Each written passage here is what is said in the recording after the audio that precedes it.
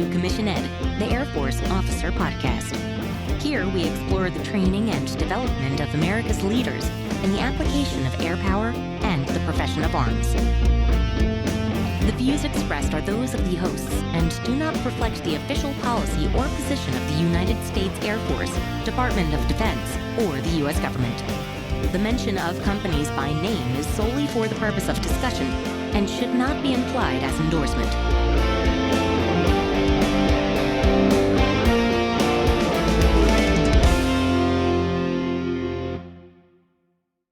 Welcome back to another episode of Commission Ed, the Air Force Officer Podcast. I'm Colin Slade. And I'm Reed Gann, and we're your hosts for Commission Ed.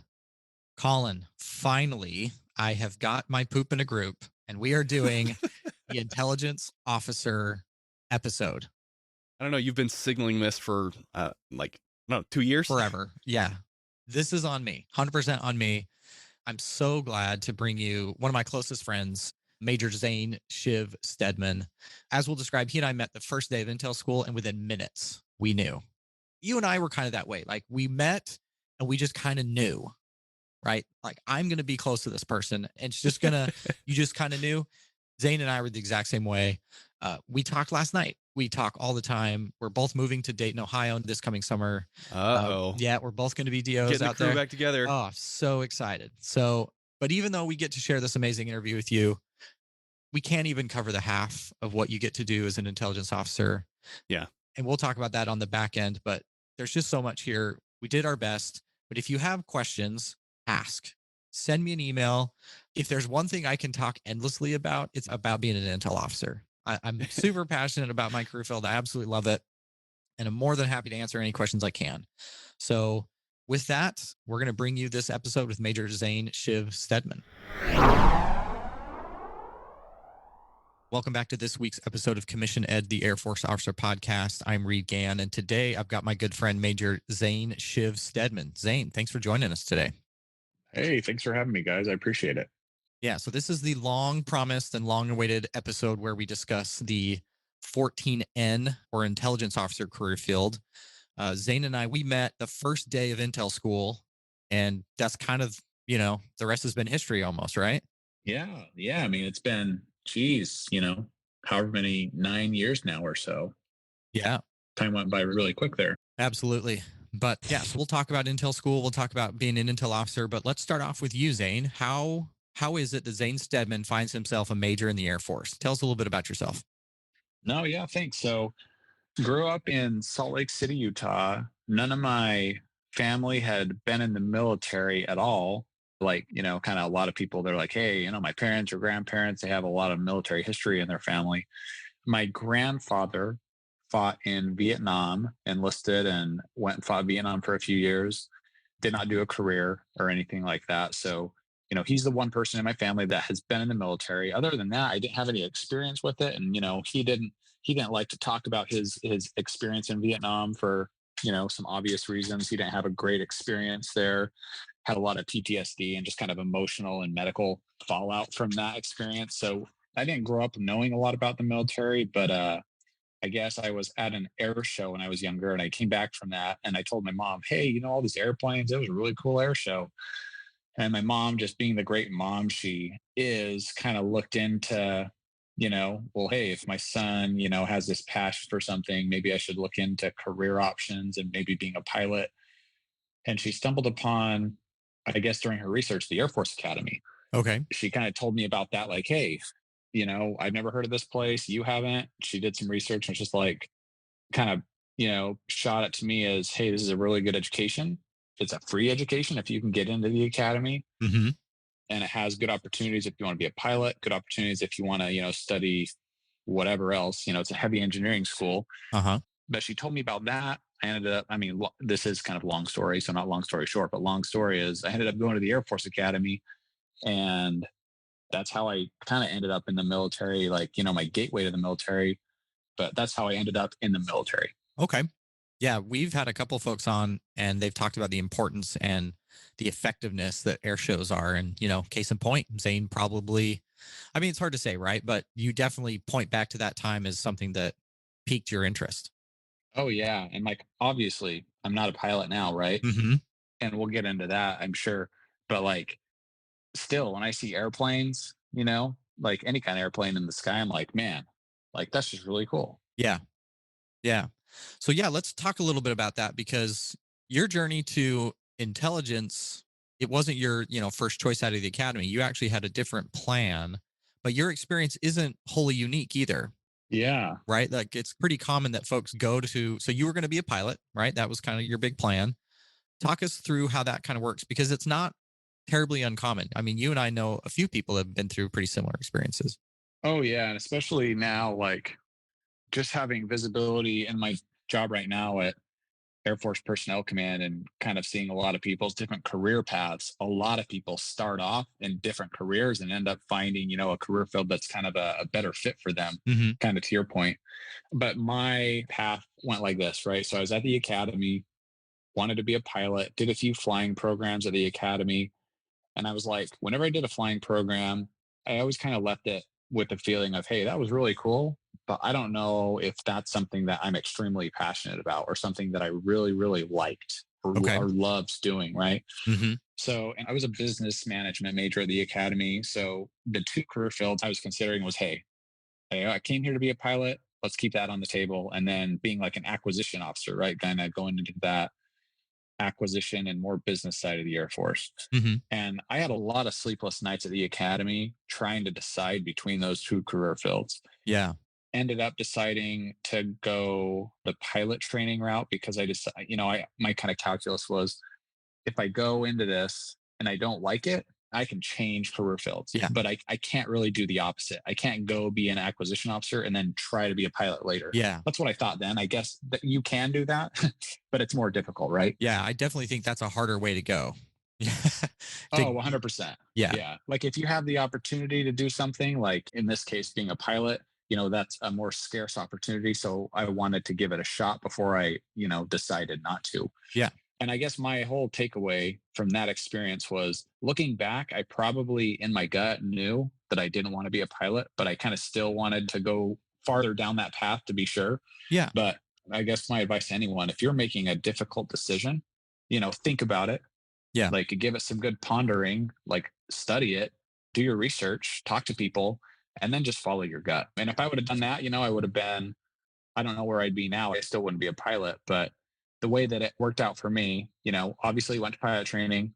I was in initial flight screening in Pueblo, Colorado, about a week left of that month course. And I was like, hey, this is really just not what I want to do.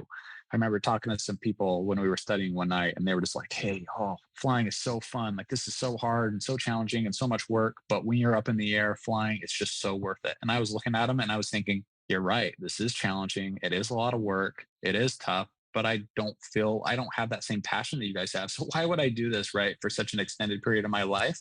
Yeah. If it's not something that I'm really passionate about for how challenging and how much work it is. So that was the time where I decided, hey, I don't want to be a pilot. I want to do something else.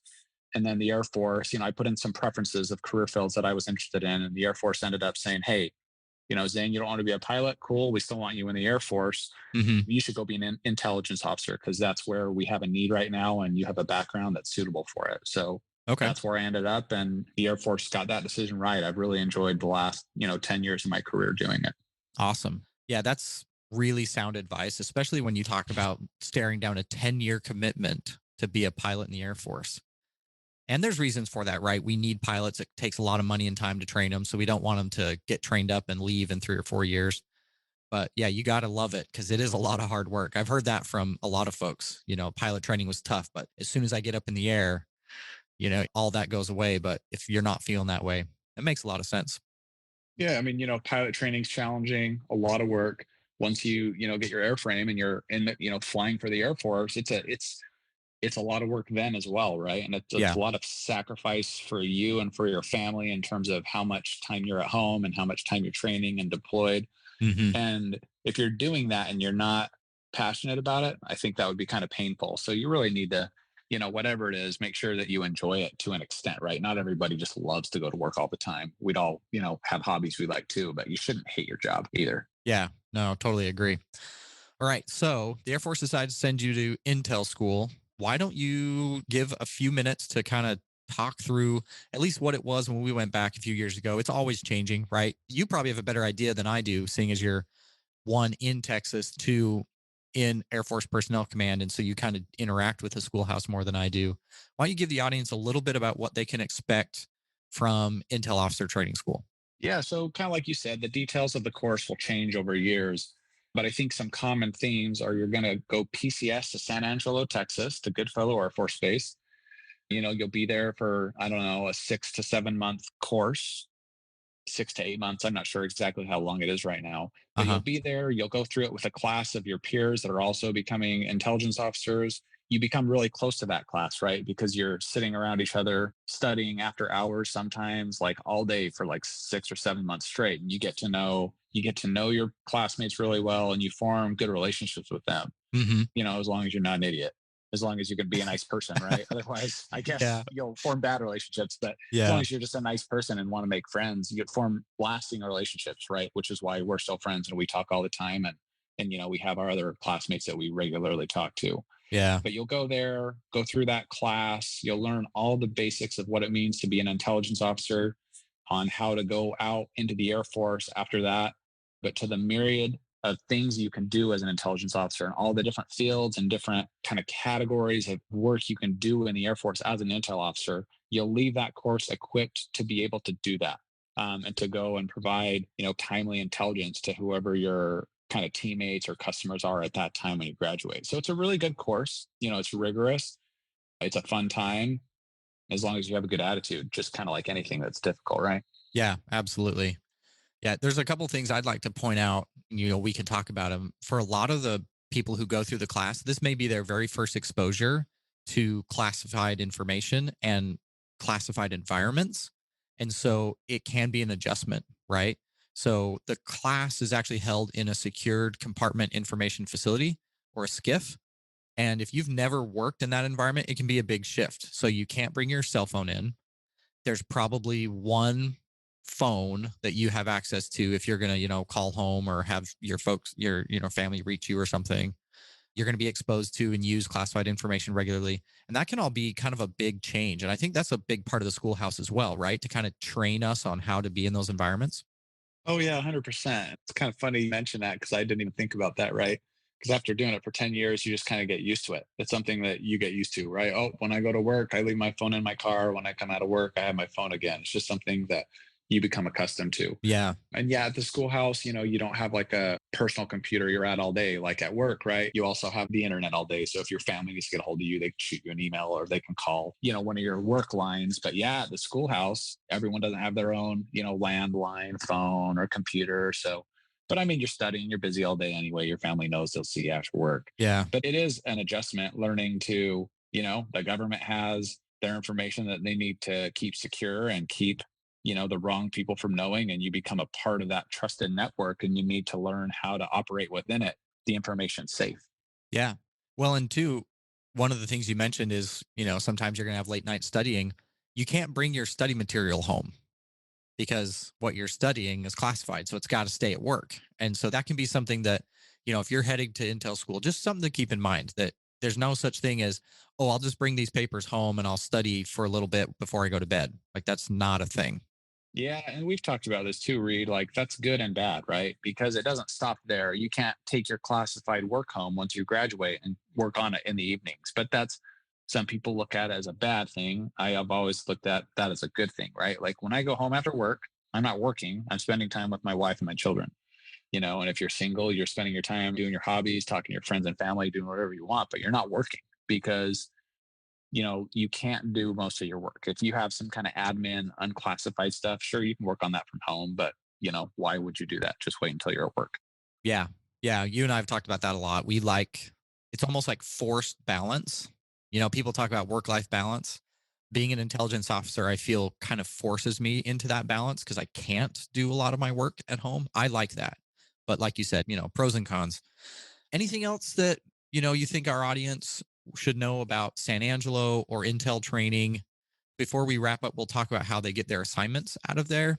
But other than that, is there anything else you can think of about Intel School in particular? No, I mean, there's some good restaurants there. That's for sure. Like I went back there on just a quick trip a month or two ago, and there's a sandwich shop. It's like, I mean, being in the military, we travel a lot. We get opportunity to go to a lot of different countries and states. And it's probably like the best sandwich I've ever had in the world is I've had it in San Angelo, Texas. So Yeah. what the peasant village or Jason, I don't remember what it's called. Jason's Deli during lunch and then Peasant Village Yeah. at night. Yeah. Yeah, Great go get place. those sandwiches at lunch. It's seriously, it's like probably the best sandwich I've ever had. Yeah. Anyway, that's something to look forward to or to know about if you're going to go to San Angelo, Texas. Yeah. And it's the hub of intelligence training for all of the Air Force. So all of the enlisted career fields that are intel operators also go there. It's not a joint base like Hickam Air Force Base in Pearl Harbor. But you'll see other services training there as well Exactly. as part of that Air Force training system. Yeah. Exactly. Yeah. So San Angelo is what you make it, right? It can be a miserable middle of nowhere town, or it can be a wonderful hometown feel. It's kind of up to you to make it what it's going to be. And just another quick point on that, working at Air Force Personnel Center, I've learned that it is what you make it is true of every single base the Air Force will send you. I've sent people to Hawaii that have complained. I've sent people to DC that have complained. Hawaii, there's too much traffic, it's too expensive. Germany is too far from home. DC, there's too much traffic and it's too expensive. People go to Minot or Del Rio or San Angelo and they love it because it has that small hometown feel and they really get close to all the people they're stationed with. Like, people love and hate every single place they go in the Air Force. And I've loved everywhere I've went. And I think that it's 100% up to your attitude. And every place you go will have a lot of good things about it. And if you seek those out and try to do those good, fun things, man, you'll love it everywhere you're stationed. Yeah, totally agree. So let's kind of use that as a transition point to talk about how people get assignments out of Intel school. And then let's also talk about what are the options as Intel officers? Where can we go and kind of who can we work for? So let's start with how do we get assignments out of Intel school? Yeah. So how that works is, all the different Air Force major commands and organizations will submit kind of, hey, we want these graduating lieutenants for our organization. The 14N assignment team will look at all of those and based on manning across, the 14N community, we'll say, okay, for this graduating class, we're going to put lieutenants in this smattering of locations, right? Kind of balanced across the force. Mm-hmm. So the schoolhouse will get that list. Let's just say it's 20 jobs, 20 people graduating. And then the schoolhouse at Goodfellow, the training cadre will look at that. They'll look at all the student preferences. They'll look at how the students are performed, where their strengths and weaknesses lie. And they will do that initial match, right? It's like, I think the only matching, 01s through 05s that the assignments team doesn't do. Okay. And it's just right when you leave Goodfellow. So really, it depends. If you're going through Goodfellow as a, just being trained, you're going to go through, you're going to perform well. Let's say I'm ranked, fourth or fifth out of that class of 20. I'll probably get around my, those people ahead of me will probably get higher preference than me just because they performed better during training. Uh-huh. Again, it's run by the cadre, right? So this can kind of shift and change. But I think essentially some things hold true. If you perform well, you have a higher chance of going where you want. Try to go somewhere where you're interested, do a job that you're interested in, and somewhere where you can capitalize on your strengths as an officer, as an intel officer, as a person. And I think that's kind of how that goes. Yeah. No, that's really good. So before we go over, your career path and what you've done, where are some places that Intel officers can go? And we should caveat this. One of the reasons, besides the fact that you're one of my best friends, one of the reasons I wanted to have you on is your current assignment is as an assignments officer. So you literally are moving the chess pieces across the board all over the planet to put Intel officers where they go. So you have a lot of unique insight. So what are some jobs and places where Intel officers can serve and work? I'll start off with kind of like the disciplines, right? The things you can do as an intel officer. And I think that'll kind of drive, we'll talk about the locations. Okay. So as an intel officer, one of the coolest things about our career field that is different than I think almost every other career field is the variety of missions that you can work. And I'll explain that, right? So my mom, she knows me, right? Really well. She knows a thing about my personality. When I was growing up, she's like, Zane, you should try to find a job where you don't get bored. Because if you get bored, you're just not going to do as well than, if you're kind of challenged and excited about what you're doing. And as an intel officer, you can go to a base for 3 or 4 years and at that base do like 1 to 2 different jobs, like doing different things. So as an intel officer, you can work with, I'm just going to kind of list them off here. You can work with special forces units. You can work with flying units, whether that's rescue units or fighter units or like, heavy like transport plane units, reconnaissance aircraft units. You can work with signals intelligence. So all the stuff that has to do with, the electronic spectrum and signals and the intel you can gather from that. You can work with cyber units. You can work with human intelligence units, like debriefing people and all that. People kind of say like that spy stuff, but I mean, like human intelligence and the intel you can gather from humans. You can work with national agencies. So there's a number of national agencies that you can work with: the National Security Agency, the Defense Intelligence Agency, the National Reconnaissance Office. Like there are just national strategic level jobs you can do with those agencies. You can work in an air operations center, right? So, and Reed can talk more about this because he's worked in one and I haven't, but I mean, I've peripherally worked with them, but this is how we run air operations in a certain area of the world. There's an AOC there. You can work there as an intelligence officer. You can work on a number of staffs once you get to, be a little bit more senior CGO or an FGO, a major, lieutenant colonel, a ton of staffs you can work on. As an intel officer, you can also go, work in recruiting. You can work as an ROTC instructor. Let's see what else. I know I'm missing some, Reed, because there's a lot. You can go work in kind of the distributed common ground system, the DCGS community, which is, doing all the stuff when we get intelligence from aircraft and how do we process that intel and analyze it and get it to customers. What else, Reed? There's a lot of stuff you can do as an intelligence officer. Yeah. Before I go on, I'll see if I missed anything that you're thinking of. I think you're doing a great job of lining them out. I think you're covering it really well. I think it's important for our audience to understand that almost nothing happens in the United States Department of Defense without that thing being informed by intelligence. Yeah. And so whether that's happening at the Pentagon or the White House or in a small unit in a FOB in Afghanistan, those actions are being driven by intelligence. And someone's got to collect it, someone's got to produce it, and someone's got to share it. And we're all Nobody's doing a mission. Yeah. Nobody's doing a mission in the Department of Defense or in the Air Force without having intelligence to support that mission. Yeah. And to drive it. So nobody's doing that. Yeah. And so that's the thing. I think you and I have talked about this a lot. I love our job because of the variety and the different things you can do. And yeah, anywhere there's a mission happening, there is some intelligence being either embedded directly or touching it in some way. And there's an intel officer somewhere leading and making that all happen. Yep, 100%. So, let's say you're a person like me, right? And you don't like to do the same thing over and over. You like to do different things. So you can go and start your Air Force career and work with a special forces unit. And then you can be like, that was awesome. I want to go do something else. Then you can go work with a flying unit. You're like, that was cool. I want to go do something else. You can go work with a cyber unit. Then you can go work on, with a national agency like Defense Intelligence Agency or National Security Agency, and all while you're doing that and working those different missions as an intel officer, you're getting a lot of leadership opportunities.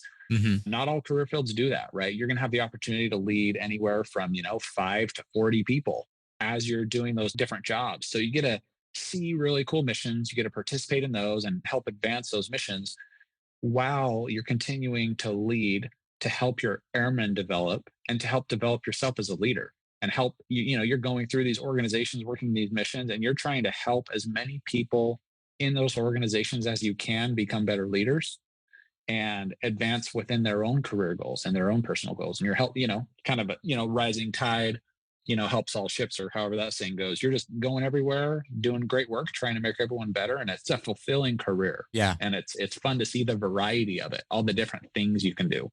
Yeah, no, absolutely. So with that, let's talk about places, because Zane, being at the assignments officer, more than anybody how important where you live is to folks. So where can you live? Oh, yeah. Yeah. So I'll start off kind of like some of the major places, right? Some of the places in our career field and the intel career field that as an officer, you have higher probabilities of serving, right? Okay. So some of the big hubs, Hawaii is a big hub. There are a lot of intel jobs you can do in Hawaii, San Antonio, Texas, Virginia, Fort Meade, so Maryland, Germany, Ramstein Yep. Air Base, Hosan Air Base in Korea is a big Mm-hmm. hub. Mm-hmm. And then Washington, D.C., right? The national capital region. Those Yeah. I would say are your, and then Florida, not a specific base in Florida, but we have a lot of positions in Florida. Yeah. So those are like the bigger places. And then apart from that, some of the other places, I mean, you can go to Italy, you can go to Japan, you can go to Alaska. You got Beale up in California. We have a lot in Colorado as well. Yeah. So Colorado, and then You've got the Midwest, a lot of people at Wright-Patterson Air Force Base in Ohio. You've got a lot of people in Scott Air Force Base in Illinois. mm-hmm. Got people in Louisiana. We have, a smaller footprint up in like Boston. Yeah. Those are kind of the major places where we send people. Are there other places? Of course there are. Yeah. United Kingdom, we have a decent amount of people in the UK as well. Mm-hmm. Mm-hmm.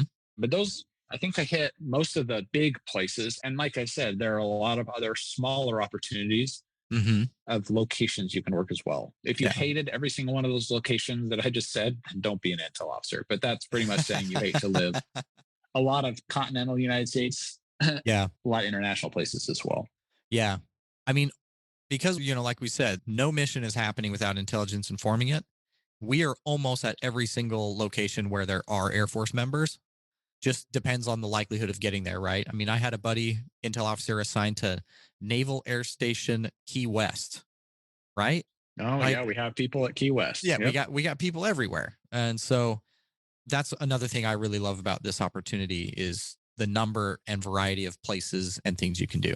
And yeah, I mean, I neglected to mention some places, but just like Reed said, like we're doing assignments right now for people moving in the summer of 2021, and I am assigning people to Key West. Yep. Like that's a thing, right? Like almost every operational Air Force base, you have intel officers there. Yep. So if you want to, stay within about a 5-state zone and never go anywhere cool, that can probably happen. If you want to, go international. That'll be hard to do in the military. Yeah. Yeah. But still being in intel. In the CONUS. No, I see what you're saying. Yeah. Like say you went from Fort Meade to DC to Virginia and then back up to Fort Meade. Like that would be a little unusual, but still possible. It's not like other career fields where, every single move, I don't know. You've got the whole range, right? You and I know intel officers who have never left, their thing and they stay kind of close. And then others, they've been assigned overseas multiple times. Just we've got the whole range, if you will. Yeah. Yep. And that's another good thing kind of about the career field is you can find what you like and, really try to do that as much as you can. Yeah.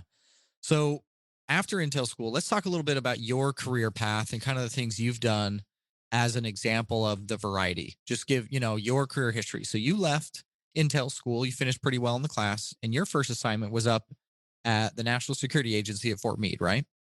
Yeah. So my first assignment, I went up to Fort Meade. It was kind of funny. Like I think just a few months left of my training. We'd already found out what jobs we had. And I got a phone call. They pulled me out of class. I had a phone call from my commander of the unit that I was going to at Fort Meade. And he said, "Hey, Zane, when you get here, the month you get here, would you like to start training to deploy for 6 months?" Yeah. I mean, sure. I was like, yeah, let's do it. So I went to Fort Meade. The first thing I did was get ready for a deployment. And then I deployed for 6 months to Afghanistan it was kind of a non-standard deployment, but at the time it was more common. I deployed with Army Special Forces in Afghanistan for 6 months. So right off the bat, I worked with Special Forces. Really great experience. After that, I went back to Fort Meade and I worked signals intelligence, right? For a couple of years. Then while I was on there, I did a quick year of staff time. After being at Fort Meade, which I would classify as getting, a little bit of staff experience, some signals intelligence experience, and some Army, Special Forces deployment experience, I went to Korea.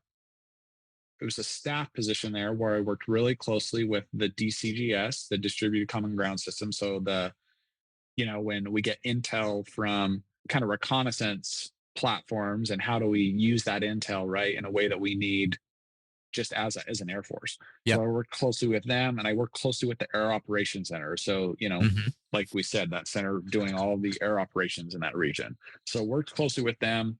Only did that for a year. It was a quick year. It was awesome living in Korea. My wife and I had a small kid at the time. We went Well, our kid was small at the time. We still have the kid.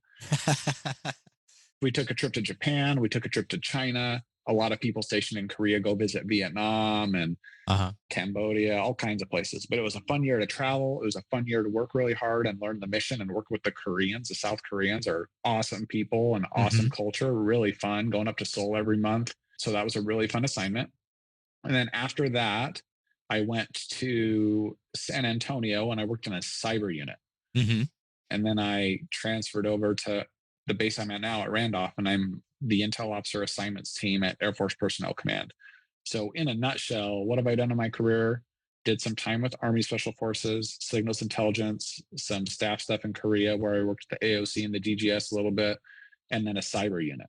So not a ton of things. I'd say kind of 3 things, right? SOF, SIGINT, and cyber so far. Yeah. And then after my next assignment, I'll be going to a space unit. So I'll be an Air Force officer in a United States Space Force unit in a leadership role there. And I have some space experience. I guess I neglected to mention this. When I was at Fort Meade, some of the signals intelligence work there I did was very, very space centric. So I got some good space intelligence experience there as well, which is, you know, a good reason why I'm going to this Space Force unit to be in a role there. So I'm excited for that as well. So that's how my career's gone so far. Like, I mean, right there, that's the first half of my career. We'll see how the next, 10 to 20 years, however long I stay in the Air Force, how that goes. I've loved it so far, and I'm excited to see how it goes in the future. Yeah. And again, it just highlights the breadth and depth of different options that you get in this field, which is awesome.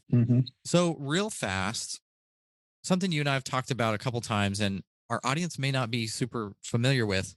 Let's talk about the fact that when you're an Air Force intelligence officer, you're also a part of the intelligence community. Let's talk a little bit about that dynamic, because it's almost like you're not just joining the Air Force, you're also joining this entire other government organization, if you will, of the interagency, where you've kind of mentioned it, right? You work for national agencies. Well, those people have career intelligence officers as well.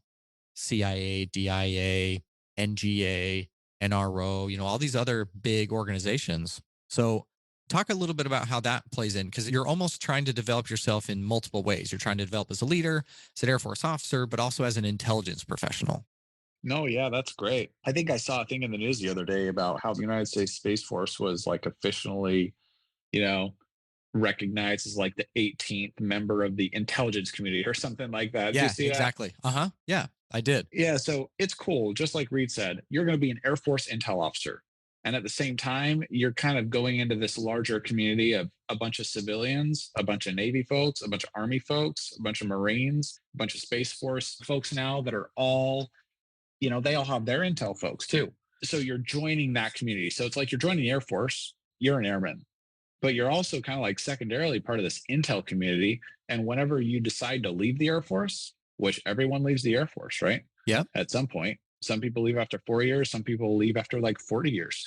Yeah. But when you leave, if you loved intel and you love that, you can just keep working until like the day you die. Yeah. Somewhere within the intelligence community. And for however long you're in the Air Force, you're going to figure out what you like as a person, what you like to do, where your strengths lie. And you can try to, you can continue to work, you'll have your clearance, you'll have experience, you can continue to try to work within the intelligence community. And there's so many cool things you can do. Yeah. There's so many cool things you can do. So it's kind of cool because you're not just doing an Air Force job and then doing something else. Like you can continue that experience if you want and keep working in whatever, part of the intelligence community that you like for much longer, many more years if you want. Yeah. And I think you nailed it, right? There are now 18 other departments and agencies that form the core of the intelligence community. And there are a lot of people doing that. And you now become part of that community as well. And I've had really positive exchanges with my fellow intelligence officers in other agencies, NGA in particular. I remember on my deployment out to the UK, we had DIA people there, we had NGA people there, and I was not just an airman to them. I was a fellow intelligence member of the intelligence community. So it's a different thing that I think people don't necessarily think about when they think about this career field. It's a much bigger thing than just the Air Force. No, that's a great point to highlight. Well put. Yeah. how do you interact with your family and friends and loved ones when talk about work or that at all when you can't really talk about work? Let's explore that a little bit. Kind of equip our audience, because there's some young, maybe college juniors or seniors that dropped Intel. They're super excited, but let's kind of give them some things to think about as they interact with their fellow families and friends. They can't talk about work, but can they? Let's talk about that. What are your thoughts? No, I think there's a spectrum, right?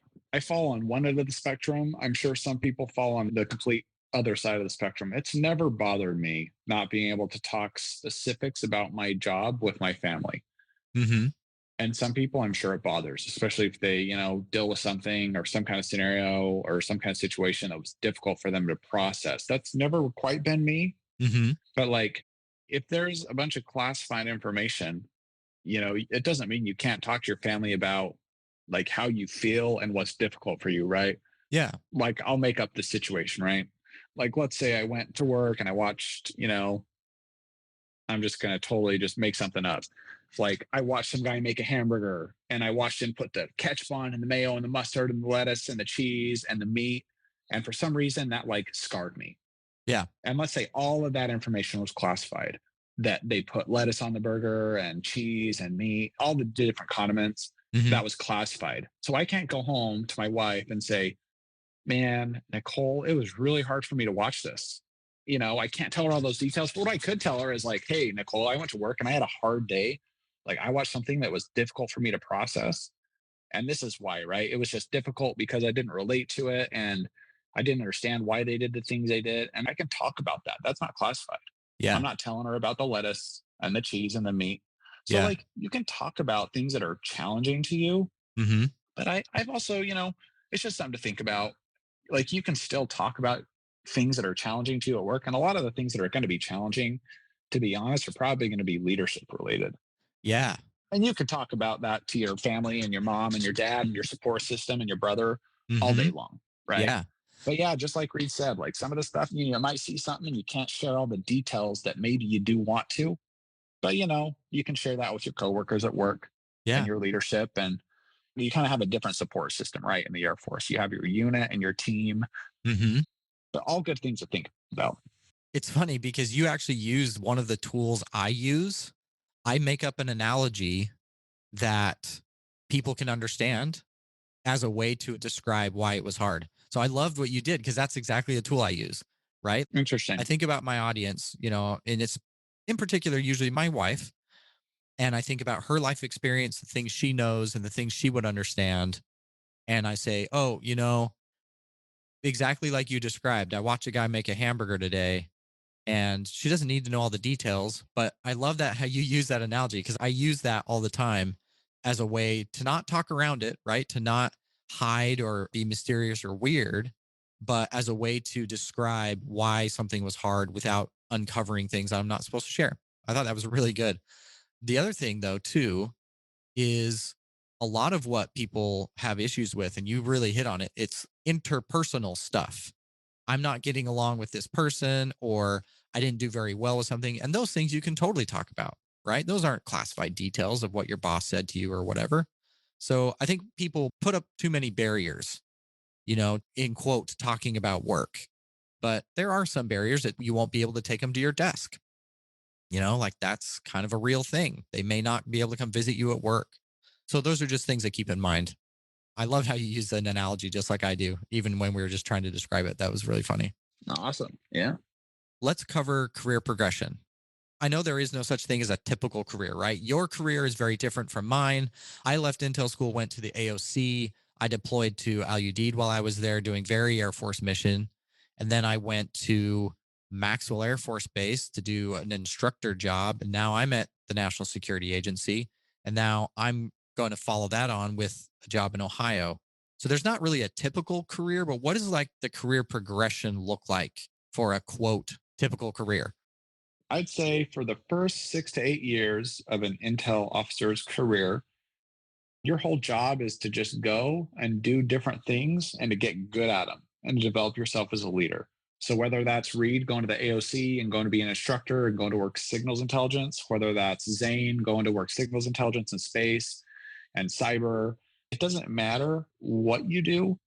What matters is that you do it, that you get good at it, and that you develop yourself as a leader and that you get experience in, in a good range of missions. Because after that first 6 to 8 years, what the Air Force wants is they want field grade officers, they want majors and lieutenant colonels who can go into leadership and staff positions and capitalize on all the experience they got during the first 6 to 8 years of being experts, getting really good at what they did. Mm-hmm. I mean, that's pretty much it. It's kind of a simple career. Yeah. For 6 to 8 years, go and do a bunch of things and, in Air Force Intel and in the Intel community and become a good leader. Yeah. After that, when you're an FGO, continue to be a good leader in leadership roles and go to staff positions and lead on those staffs and use what you've learned to advance those missions as a field grade officer. I mean, that's pretty much it. It's kind of simple. Yeah. I want to add more, but I mean, that's it. Yeah. So I came in as an acquisitions officer, which doesn't have as clear of a career progression. At least it didn't at the time, especially for chemists.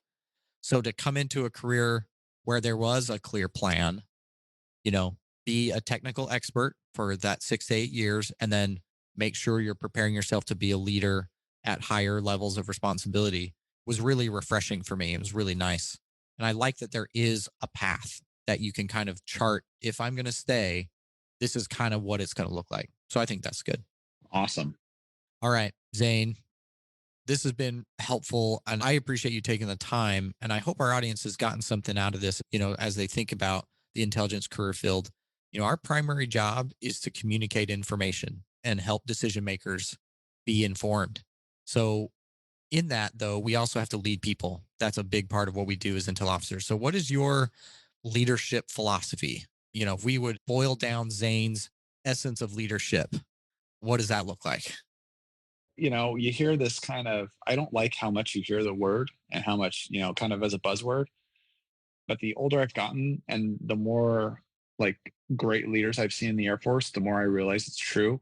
Like you as a leader, you need to understand what you're doing so that you can have a vision for your team. If you don't have a vision of what you're trying to do and what you're trying to accomplish, you can't lead them to that. So, you have to have a strong vision as a leader of what your team is trying to accomplish. I'd say that's the first step. The second step is you've got to take care of your people. Like, if I'm leading Reed, and Reed's on my team, I've got to say, Reed, here's what we're doing. If you run into obstacles in your personal life, in your professional life, obstacles, as you're trying to do these work tasks, you're working with other offices that are difficult or this or that. Like, tell me these obstacles and I will give you the tools and the advice or help you remove those obstacles. Mm-hmm. So have a vision, care about your people, and help them remove obstacles to accomplish that vision. And I mean, I'd say the third step, you've just got to be a good person. Like when you're growing up and you're in high school and, in college and you have friends and you have siblings, if everyone's looking at you and being like, dude, you're an idiot, you're rude, you shouldn't be like that as a leader, right? Yeah. Just at that common sense relationships with people level, always just work on being, a person that people, they respect you and they're comfortable being around you because there's respect there and you're just a good person. So to kind of recap that, have a vision, care about your people, and remove obstacles that are preventing them from advancing as leaders and advancing the mission that you're working on. And then just be a good person, right? Yeah. I mean, the Air Force core values, right? Have integrity, help people, serve people, and just try to do really well at what you're doing. Yeah. I'd kind of sum it up that way. No, that's awesome. And I think one of the reasons you and I get along is we're very much on the same page on those things. We've had leaders that we've worked for that didn't fulfill some of those things and it was pretty lousy, right? Yeah, that's tough. That's tough. Yeah. And it can be really challenging. Well, Zane, really appreciate you taking the time. If anybody in our audience wants to get in touch with you or ask you any questions, best way for them to get in touch with you is to reach out to the podcast and we'll put them in touch and they can fire any questions your way. You're moving on from your assignments officer responsibility. So no, you can't help them get this amazing job. Don't ask anyway, right? That wouldn't happen. Yeah. Yeah. We're really, really fair on the team. Yeah. We don't do anybody these special favors. We really do our job in the most fair and equitable way that we can Hmm. to get the right people to the right jobs to kind of, help them and help the Air Force mission. Yeah, I've really gained a lot of insight and value from your assignment is talking through how this all works. I've gained a much deeper confidence that the system is working and is trying to be as fair and even as possible. And that's been really valuable. Anything else you want to say before you wrap up? No, thanks for the opportunity to kind of, talk through this and answer these questions. It's been fun. I'm always down to chat with you, Reed, but it's been kind of fun to do this in a more kind of structured and a little bit, formal, informal way, more formal than us just chatting after work. But Yeah. thanks for having me. It's been a fun experience. Awesome. Thanks, man. Reed, that was so fun to listen to. Just like listening to two bros just going back and forth, talking about something that you care deeply about. It was fun to feel the energy and the excitement around what you get to do as intel officers for the Air Force. So thanks for bringing Zane into the conversation. So fun to listen to. I appreciate it. And it's funny though, even though Colin, Zane and I could have talked for hours. We do this all the time. He is one of those guys that we will get on the phone and we will just talk endlessly about some, nitnoid policy about how, officers are developing, about the career field, whatever. We do this all the time. But because Colin, he and I talk about this all the time, we missed some things Yeah. that are just kind of like basic things that intelligence officers do and how they develop. So I want to cover some of those now so that our audience has a more complete understanding about, first off, what is it that we do? We talked about some of the cool things we get to do and places we get to go and missions we get to be involved in, but we didn't put that in context. And the context is actually pretty straightforward. Our job as intelligence officers is to communicate information about three things: our adversary capability, our adversary activities, and our adversary intent. Those three things make up all intelligence activities. Yeah. So think about it let me put it in some different words. If I know what You're going to talk about a hamburger again? No, that was so good. I just love that, by the way, that I do that all the time in order to describe situation. It is so good. So if I'm thinking about an adversary that we might have to engage with, I need to know what they're capable of. I need to know what it is they can do. They can make vanilla ice cream. Okay, come on. We can even think about aircraft.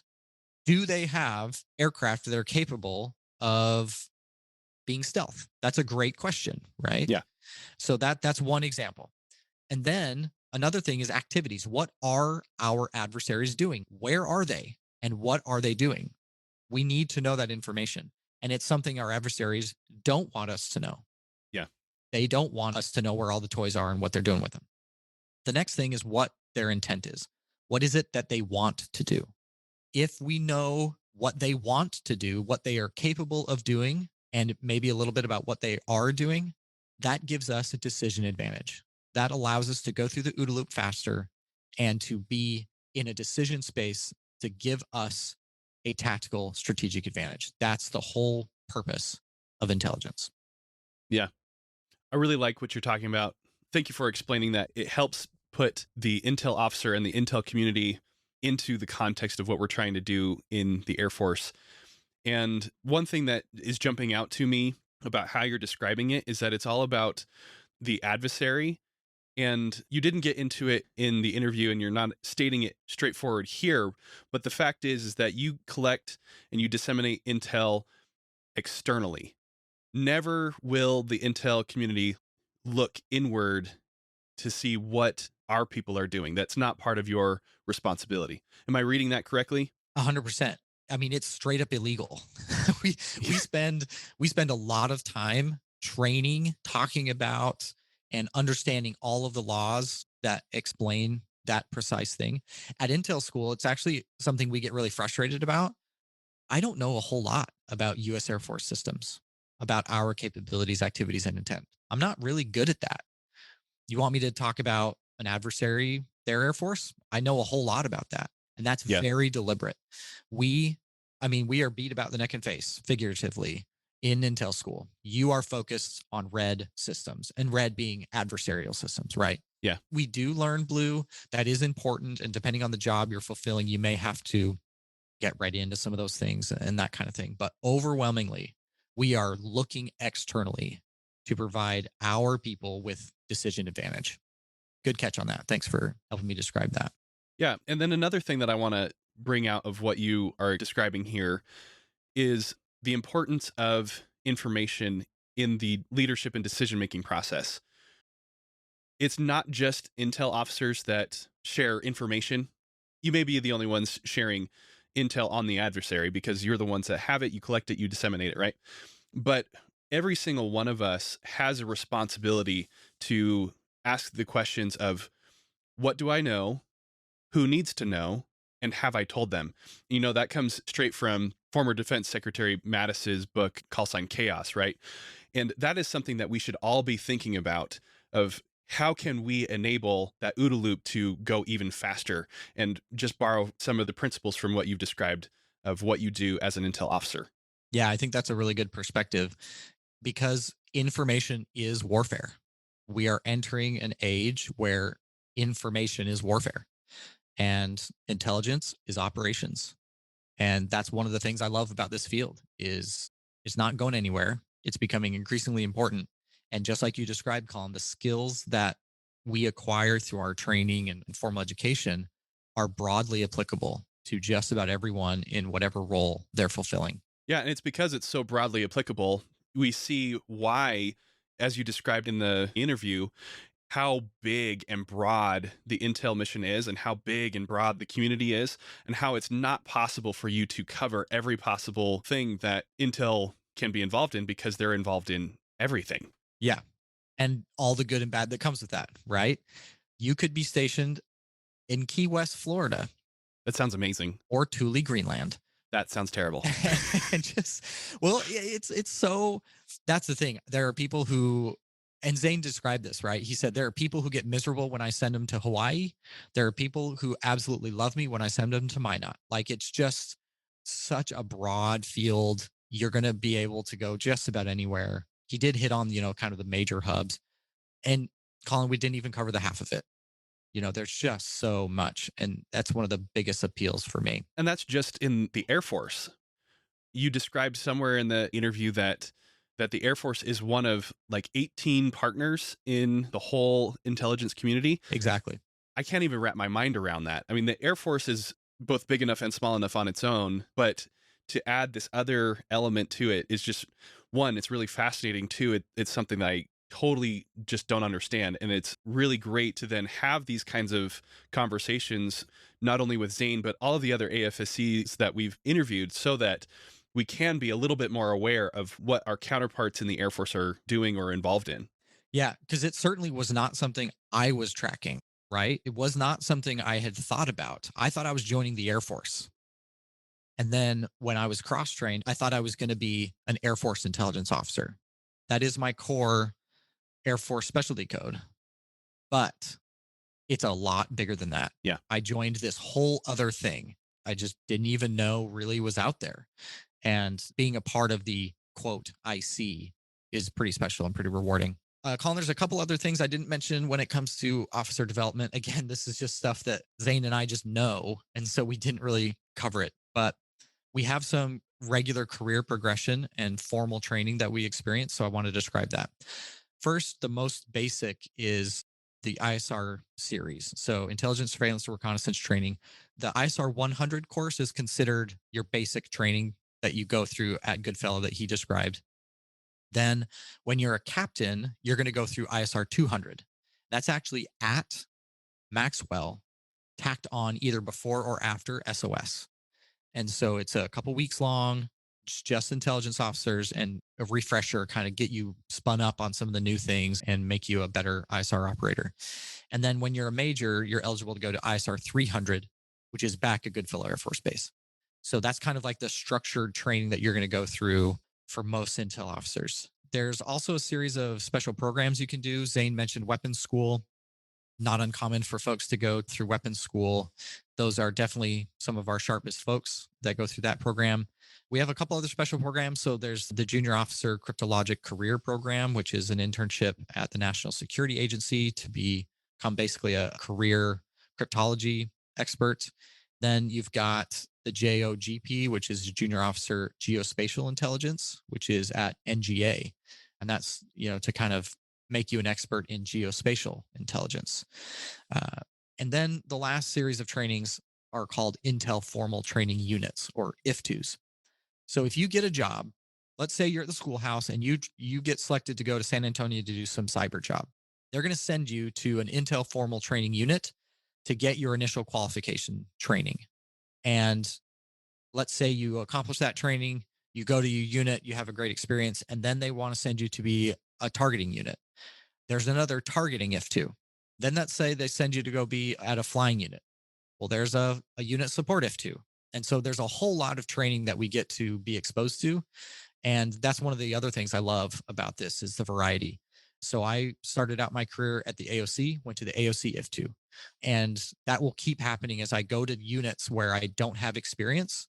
I get to have a variety of experiences in training and getting qualified so that I can help communicate capability, activity, and intent.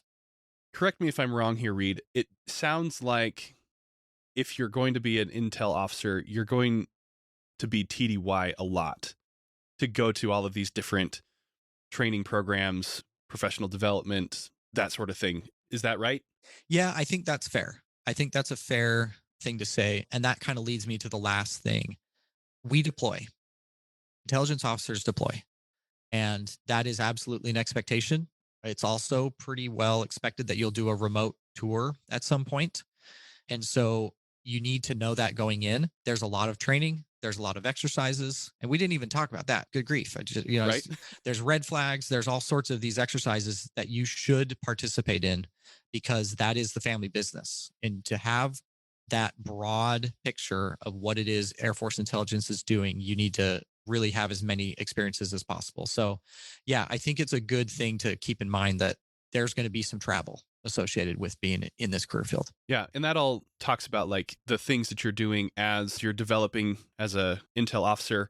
And then didn't really get into the interview, haven't really said it yet, but there's opportunities for you to command at every level of the Air Force as well, right? Yes. Yeah, absolutely. There's, oh gosh, I don't even know how many intel squadrons and groups and wings. And yeah, there's absolutely many leadership opportunities. You're not always going to be just embedded into an operations squadron or an operations support squadron. There will also be opportunities for you to be in a deliberate intel squadron or an intel group, or there are intel wings, right? There are a number of them. Absolutely. And then there's a numbered Air Force, 16th Air Force. The 16th Air Force that has a 2-star, and then there's a 3-star A26 for the Air Force. And so, yeah, not only can you do everything across the Air Force, but you can lead at every level. So it sounds like it's a huge career field, lots of opportunity for growth and development, both within the Air Force, and then there's that intelligence community that you can continue to be a part of once you take the uniform off and you want to go do something else. Yeah, precisely. And we haven't even covered the fact that intelligence officers can command cyber units and cyber officers can command intelligence units. Wow. So okay. we haven't even gotten, so it just keeps going. There's a lot of options. Again, there's no way we can cover it all. So for those in the audience who are interested or have questions, Zane and I are both ready, happy, and willing to engage with you and answer your questions. So yeah, a lot of fun talking to Zane about this stuff. And Colin, what have I missed? You've missed nothing and everything at the same time, just like Intel is everything all at the same time. So exactly. The point here is the invitation to the audience to reach out to you, and you can put them in touch with Zane. And if the two of you can't answer the question, you can find somebody who can, so long as it's not classified, right? Yeah, we'll do our best to answer your questions. And if we have to break out the hamburger analogy, we'll do it. It was perfect. It was so good. That's awesome. I think that's a good place to leave it there, Reed. Thanks so much for bringing Zane in. Again, it was super fun to hear the banter back and forth, the conversation between two friends about something that you both care so deeply about. Yeah, appreciate it. That will conclude this week's episode of Commission Ed.